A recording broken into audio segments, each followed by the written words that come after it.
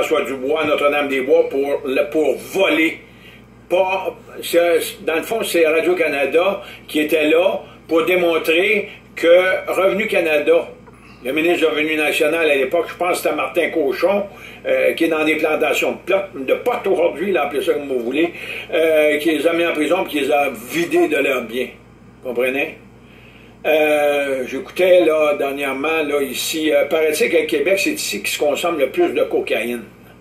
Imaginez-vous, le pot là va être adopté là, et puis les gens vont pouvoir être sur le pot à partir de l'automne. Les gens connaissent pas leurs droits, les gens. Comment voulez-vous qu'on ramène la population dans une vraie démocratie? Comment voulez-vous qu'on puisse instruire la population? Comment pouvoir éduquer la population dans un chemin qui puisse éventuellement les servir si ces gens-là sont gelés comme des balles? Du pain et des jeux, on vient à l'époque de la Grèce antique et tout ce que vous voulez, du pain et des jeux. C'est pas comme ça qu'on fait qu'on fait grandir un peuple dans la dignité, dans l'honneur.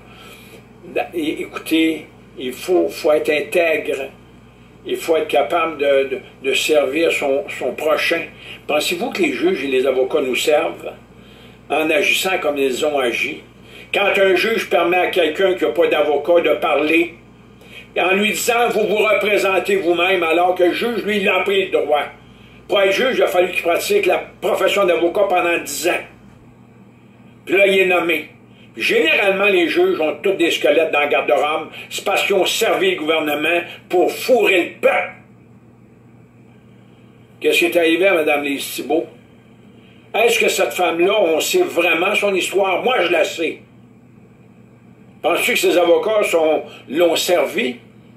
Ont révélé tout ce qu'elle a subi, elle? Hein, Claude Bisson, qui était juriste consul de l'Assemblée nationale, il était supposé la surveiller, que ce soit sur des dépenses ou quoi que ce soit. Écoutez, elle était en chaise roulante, cette dame-là. Réal Cloutier, son conjoint, écoute, il a fait son possible. Ils ont fait ça pour du bien, mais c'était n'importe quoi.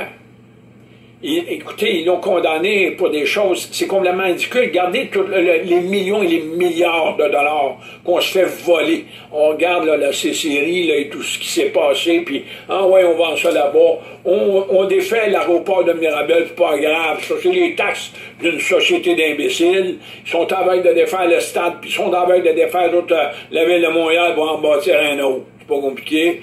Nous autres, on ne dit pas un mot. Vous savez-vous qu'il y a eu 240 000 signatures contre l'abrogation de l'article 93 de la Constitution canadienne de 1867 qui garantissait l'enseignement de la religion protestante et catholique au Québec et que Lucien Bouchard a envoyé ça du dos de la main, comme ça. Il a rejeté ça. 240 000 signatures.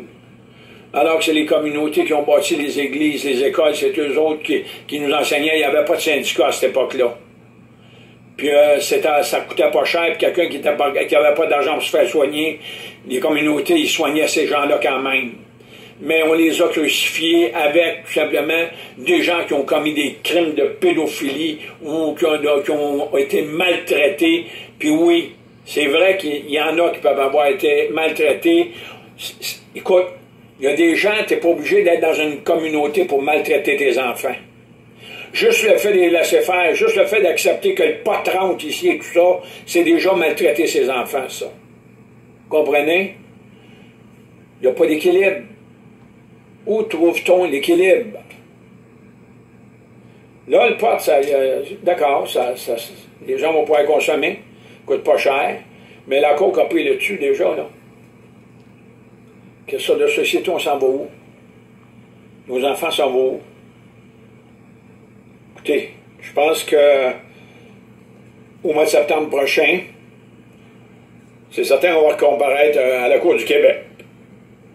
Et puis, moi, je suis une victime comme vous, et quand que je parle au nom de 8 millions de population au Québec et de 36 millions de population au Canada. Je suis capable de prétendre par mes connaissances que je suis votre modèle. Il y en a qui ne veulent pas. Moi, j'ai rien à foutre de ça, d'arriver puis Moi, là, c'est pas de la popularité ou quoi que ce soit. Écoutez, il n'y a pas un rond qui m'adore. J'ai 67 ans, je fais de la maçonnerie. Écoutez, je faisais 6 000 piastres par année les 10 dernières années parce que je m'occupais de ma mère et ils m'ont mis en prison. Le seuil de la pauvreté, c'est 22 600 piastres. Puis à 22 600 piastres, vous êtes sur le seuil de la pauvreté, puis le gouvernement, hors la loi, par ses lois hors la loi, prélève 2 500 piastres d'impôts. Pour quelqu'un qui est sur le seuil de la pauvreté. Moi, là, si j'étais premier ministre du Québec,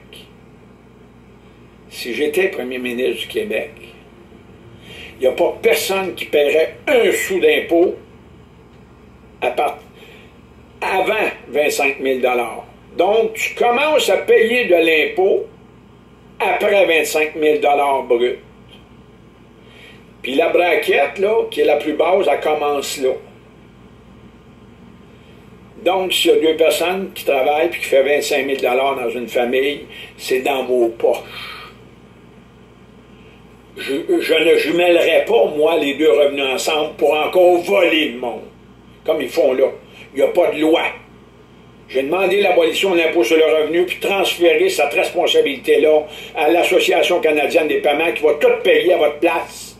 Ça ne coûtera pas un sou, c'est de l'argent scriptural.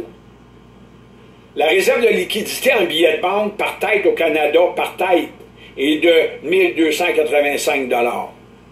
Comment ça qu'en 2011, l'Association canadienne des paiements enregistrait des transactions ici par tête chaque jour au Canada, 5 200 $ par tête, ça c'était pour 34 340 000 de population, et ça c'était tous les jours.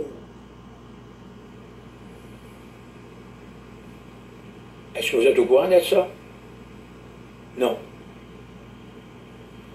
Vous êtes endetté actuellement de 174 % de vos revenus, que ce soit un revenu de travail, un revenu de retraite, une allocation quelconque, que ce soit une allocation familiale ou peu importe.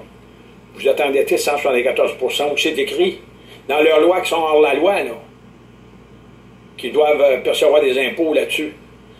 Même que vous allez là, sur Internet, là, sur le site de l'Agence de revenus du Canada, la démystification des lois, puis ils vont bien dire que l'impôt, c'est libre et volontaire. Puis pourtant, ils vous envoient des cotisations arbitraires. Puis si vous ne payez pas votre cotisation arbitraire en impôt ou en taxes, ils vous mettent en prison. Ils saisissent vos maisons, vos comptes de banque. Ils mettent la division dans vos familles, ça crée des divorces. Ça fait vivre, ces divorces-là, ça fait vivre des juges, des avocats et des notaires. Je vais arrêter là-dessus. Réfléchissez à ça. Et puis, écoutez, bonne chance. On lâche pas. Salut.